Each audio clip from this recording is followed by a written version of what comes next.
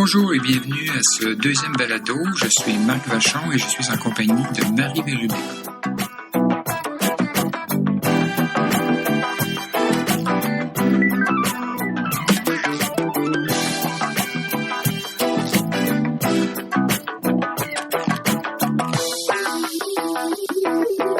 Bonjour Marie.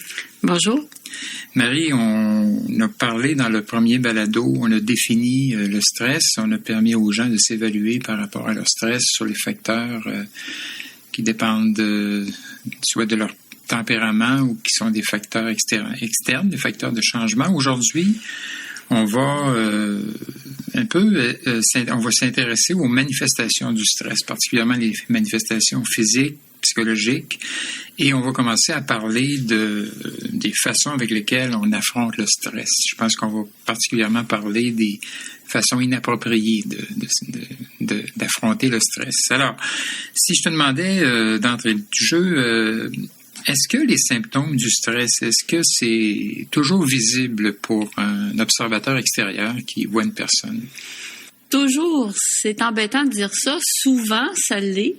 Mm-hmm. Ça l'est aussi pour la personne qui éprouve le stress.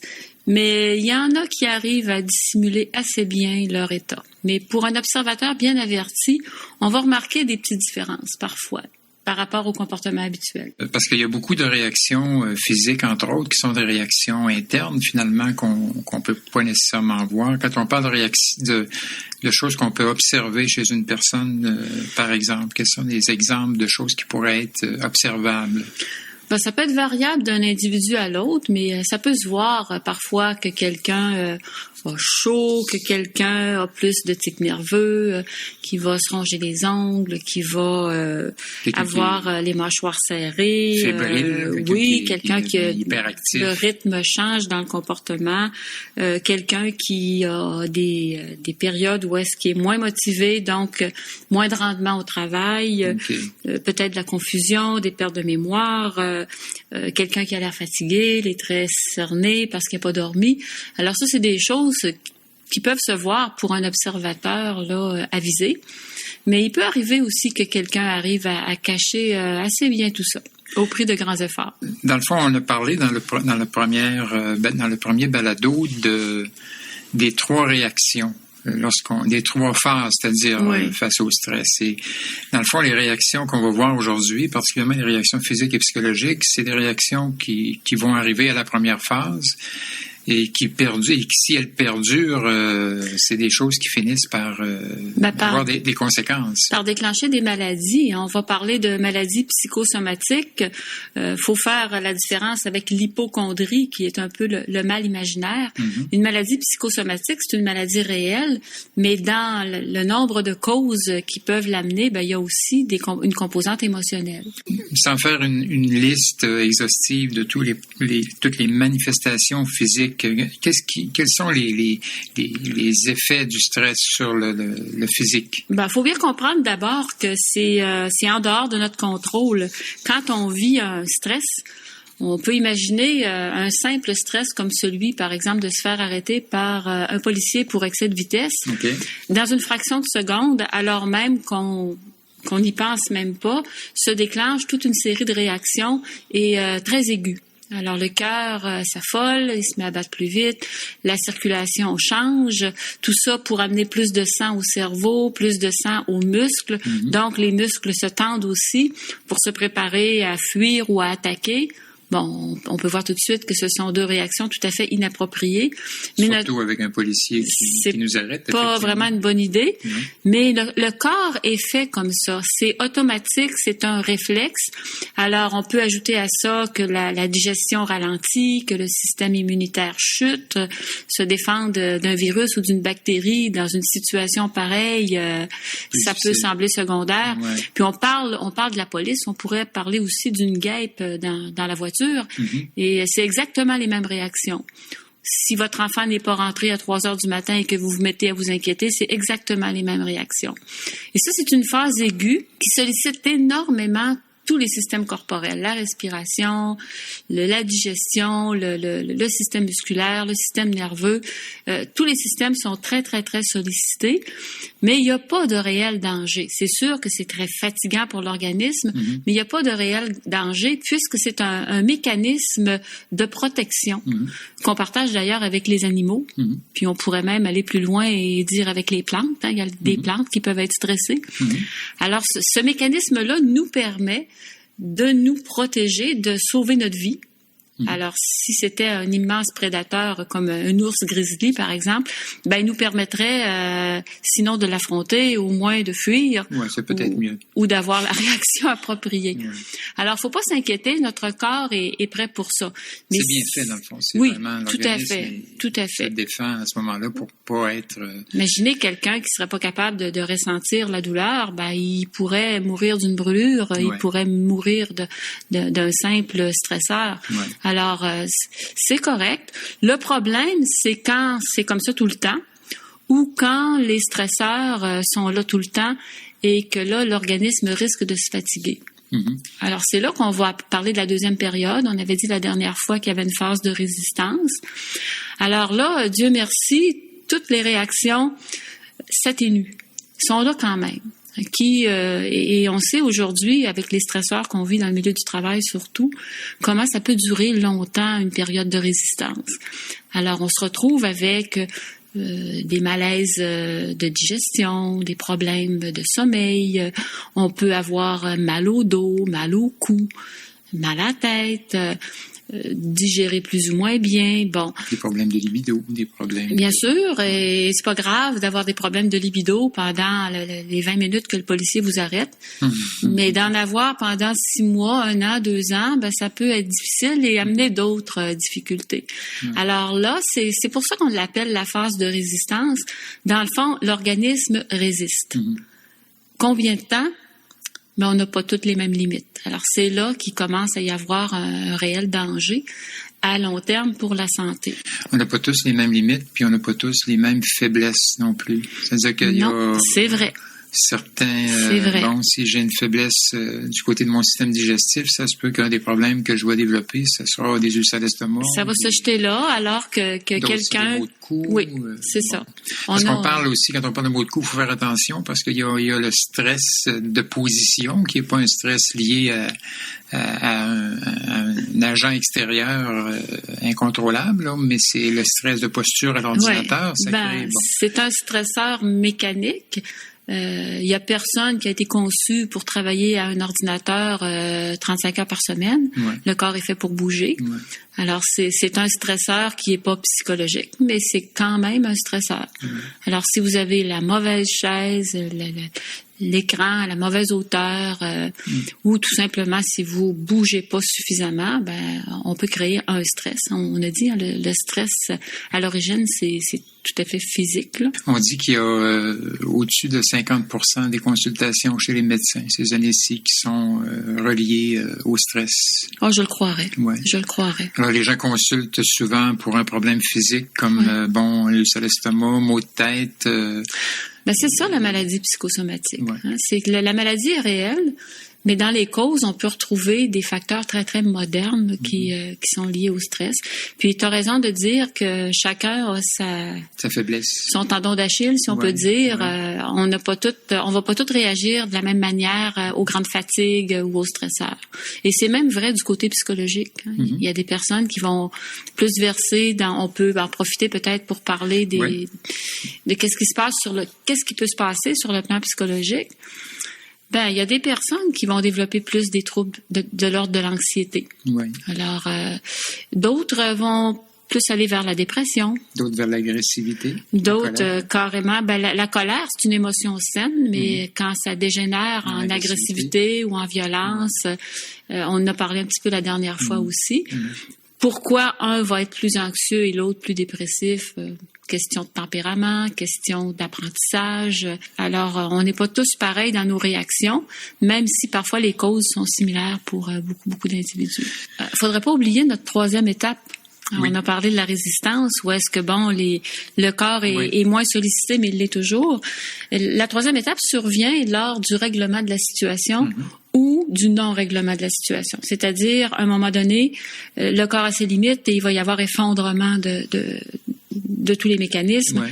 Alors, c'est là qu'arrive la maladie. La maladie physique, alors si on parle du cœur, les maladies cardiaques, les maladies pulmonaires, les maladies digestives, les problèmes musculaires chroniques. Et psychologiquement, la dépression. C'est ça, tout à fait. Là, on embarque dans la maladie, le burn-out, on pourra en reparler. Et ça, c'est vraiment l'effondrement, ce que Anne Cellier appelait la détresse. La détresse. Ou encore, on a réglé notre problème, on a trouvé des solutions, on a plus de contrôle sur nos réactions et on va s'adapter. Exact. Et on pourrait même dire s'adapter, c'est pas nécessairement se résigner, là, hein. C'est s'adapter, c'est faire quelque chose avec la situation. On aura peut-être l'occasion d'ailleurs de parler de la différence entre la résignation et la résilience. La résilience. On va parler un peu, en terminant justement, des façons qu'on a d'affronter le stress, des réactions qui sont défensives, qui sont, on parle de réactions qui sont pas nécessairement très bonnes, comme prendre de l'alcool, trop manger, s'étirer dans l'hyperactivité. C'est des moyens qu'on va prendre parfois de façon maladroite. La drogue, les médicaments. Oui, ça endort le mal temporairement. Ouais. Mais c'est sûr que ça crée d'autres problèmes. C'est pas certain que ça nous aide vraiment. Alors, mais parfois, quand on n'est pas trop conscient de ce qui nous arrive, on s'aperçoit que quand je prends un petit verre d'alcool avant de me coucher, je dors mieux. Quand je fume, je me sens paradoxalement plus détendue. Manger, ça me fait du bien, un peu comme quand j'étais enfant et qu'on calmait mon bobo avec un biscuit. Ouais. Bon, alors, il y a toutes sortes de moyens comme ça qui sont efficaces à court terme ou qui font du bien temporairement, mais qui règlent pas le problème. Le jeu, c'est une autre dépendance. C'est une dépendance. Oui. On dit souvent, quand on prend de l'alcool pour noyer son problème, les problèmes savent nager, malheureusement. Malheureusement. Ouais.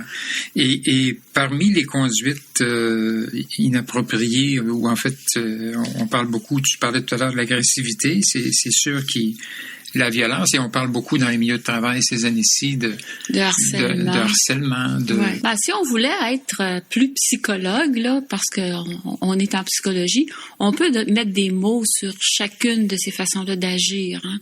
Ouais. On a déjà tous entendu parler des mécanismes de défense, mais tout ça, ça en fait partie. Alors, si on en parlait brièvement de ces mécanismes les plus courants. Tu parlais tantôt boire, manger, trop manger. Ça ressemble beaucoup à la régression, ça. Okay. Hein, on se réfugie dans des conduites qui marchaient bien quand on était enfant. C'est comme revenir en arrière, puis essayer quelque chose qui me consolait quand j'étais petit et qu'il y avait une déception, qu'il y avait un événement traumatisant quelconque. Comme par exemple bouder. Bouder, c'est clair. Ou faire une colère comme quand j'étais enfant. Tout à fait, tout à fait. Saler ma colère. Tout ça, c'est des mécanismes qui s'apparentent à la régression. Régression, ça veut dire revenir en arrière. À une conduite que j'ai déjà eue, qui est inefficace, mais qui finalement est peut-être la seule que je connais. C'est ça le problème. C'est ça. C'est un répertoire de réponses plutôt mince. Limité, exact. Il y a aussi, on parle du refoulement. C'est sûr que c'est plus connu, je dirais. Essayer de... Celui-là, il est plus difficile à reconnaître pour la personne qui le vit parce qu'il est inconscient. C'est envoyer dans l'inconscient là les émotions qui sont désagréables. Ce que je veux pas ressentir, je l'oublie. Je l'oblitère complètement. C'est loin derrière et c'est inconscient. C'est très différent de supprimer volontairement un souvenir. Ça, on peut décider et ça peut même être sain à l'occasion. Hein, faut faire des nuances. Ça peut se faire consciemment. Ça, oui, si vous souffrez, par exemple, de la situation en Afghanistan, ça vous stresse de penser qu'il y a des êtres humains qui vivent ça. Exact. Vous pouvez décider consciemment que, étant donné que vous n'avez pas de contrôle sur la situation, de moins penser à ça.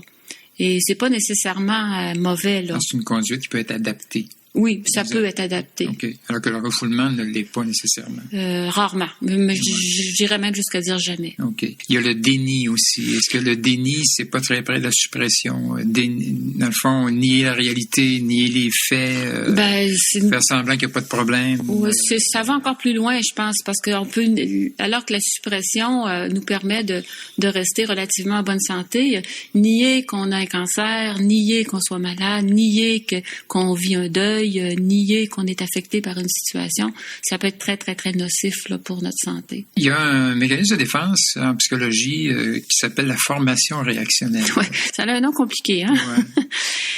Faire de la formation réactionnelle, on pourrait donner une situation qui est courante. Ouais. Mettons que vous avez à votre travail un collègue ou une collègue qui vous tape sur les nerfs, mais à vous en donner de l'urticaire. Okay. Et à chaque fois que vous le rencontrez, vous êtes trop gentil. Okay.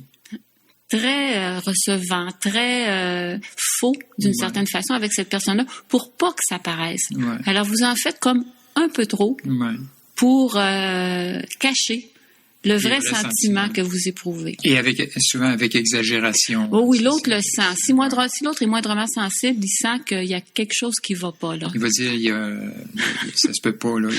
Il vient de me faire une gaffe ou il vient de m'envoyer une bêtise par la tête et tout d'un coup, il est tellement gentil avec moi. Dans le fond, c'est ça de la formation réactionnelle. Oui, c'est ça. C'est comme pour éteindre le feu, là. OK. Un mécanisme bien connu aussi, je pense, c'est ce qu'on appelle la projection. La projection, ça aussi, il est amusant, c'est attribuer aux autres ses propres émotions. Dire, mon Dieu, qu'il est donc stressé, telle personne, en fond, c'est moi qui l'ai. Dire, il a donc l'air de mauvaise humeur aujourd'hui, alors que c'est moi qui l'ai, effectivement. Okay. Puis il y en a un autre qu'il faudrait parler aussi, je le trouve très fréquent dans les milieux de travail, c'est le déplacement. Le déplacement, est-ce que c'est pas ce qu'on appelle le syndrome du chien battu? En fait, ça veut dire, pour faire une blague, c'est je suis en colère contre mon patron ou contre un collègue, mais j'arrive à la maison et c'est mon chien à qui je vais botter derrière. Oui, mais très souvent, malheureusement, c'est le conjoint avant qui peut s'en prendre aux enfants et les enfants, à désespoir de cause, vont... S'en prendre aux chiens. Oui, c'est ça. Alors, le déplacement, c'est prendre mon émotion et au lieu de la diriger vers la bonne source, la bonne, c'est l'envoyer à côté. La réaction est bonne, mais l'objet qui en fait les frais n'est pas le bon. OK. Et tu disais dans les milieux de travail fréquents, comment on va voir ça? Des conduites de manipulation, des gens qui sont prenons juste la rage au volant. Ouais, vous en voulez pas vraiment à la personne que vous klaxonnez à ce point-là. Mais il y a un déplacement sur elle d'une émotion réelle qui est probablement correcte, la colère, mais qui se tourne en agressivité et contre la mauvaise personne. Est-ce que ça peut pas être une conduite adaptée à l'occasion? Le déplacement? Ça dépend. Parce que si je suis en réunion, que je suis tout à fait en colère contre un collègue ou c'est peut-être pas la place, c'est sûr qu'il faudrait peut-être que j'aille en parler après, mais est-ce qu'il y a pas des moments donnés où on ne peut pas justement envoyer la réaction à la bonne personne ou au bon endroit? On est obligé de, par exemple, déplacer ça dans le sport, par exemple, déplacer ça dans l'activité physique. C'est du déplacement aussi à ce moment-là. Oui, mais c'est plus approprié. C'est socialement acceptable, ça fait du bien, ça fait sortir l'énergie qui est prisonnière à l'intérieur. Mais faut pas se le déverser sur soi-même et se ronger les ongles jusqu'au sang. Ouais. Il faut apporter toutes sortes de nuances. Ouais. Fuir une situation, ça peut être pervers comme ça peut être très bon. Ouais. Et il y en a un peut-être un petit dernier en terminant, la sublimation. Ouais.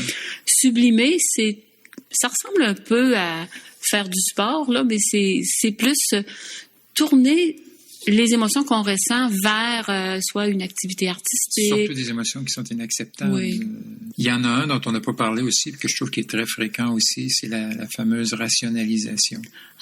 Se trouver des bonnes raisons. Toujours avoir des raisons pour tout. C'est à cause. C'est à cause de mon père, c'est à cause de ma mère. Ça, c'est la rationalisation.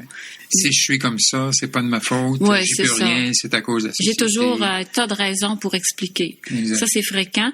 L'intellectualisation, c'en est un autre, ça, qui consiste dans une situation à charge forte, émotive très forte, de rester très froid, très distant. Ce sont tous des mécanismes de défense. Ce sont probablement des façons qu'on adopte, probablement qu'on a là aussi des mécanismes qu'on va utiliser plus que d'autres. C'est pour se protéger. C'est fait pour se protéger. C'est pour se protéger. Sauf qu'à la longue, ça règle pas le problème. Ça règle, ça peut, à la limite, être carrément malsain. Oui. Il y en a qui sont appropriés des fois. Il y a un auteur qui a écrit un livre qui s'appelle L'éloge de la fuite. Oui. La fuite peut être très saine et nous empêcher de devenir fous. Mais fuir tout le temps, c'est symptomatique aussi. Exact. Alors, ça fait le tour, Marie, de ce qu'on voulait traiter aujourd'hui. Je te remercie beaucoup. Ça m'a fait grand plaisir. On se voit la prochaine fois encore pour continuer notre voyage à l'intérieur du stress. On va lentement s'acheminer vers des solutions un petit peu plus saines et constructives là, pour affronter le stress. Mais pour l'instant, je pense que c'est important de démêler un peu toutes ces choses-là. Puis de savoir un peu interpréter nos sentiments, nos émotions, nos réactions. Alors, faire un bref examen de soi. Merci et à la prochaine. On se voit à la prochaine.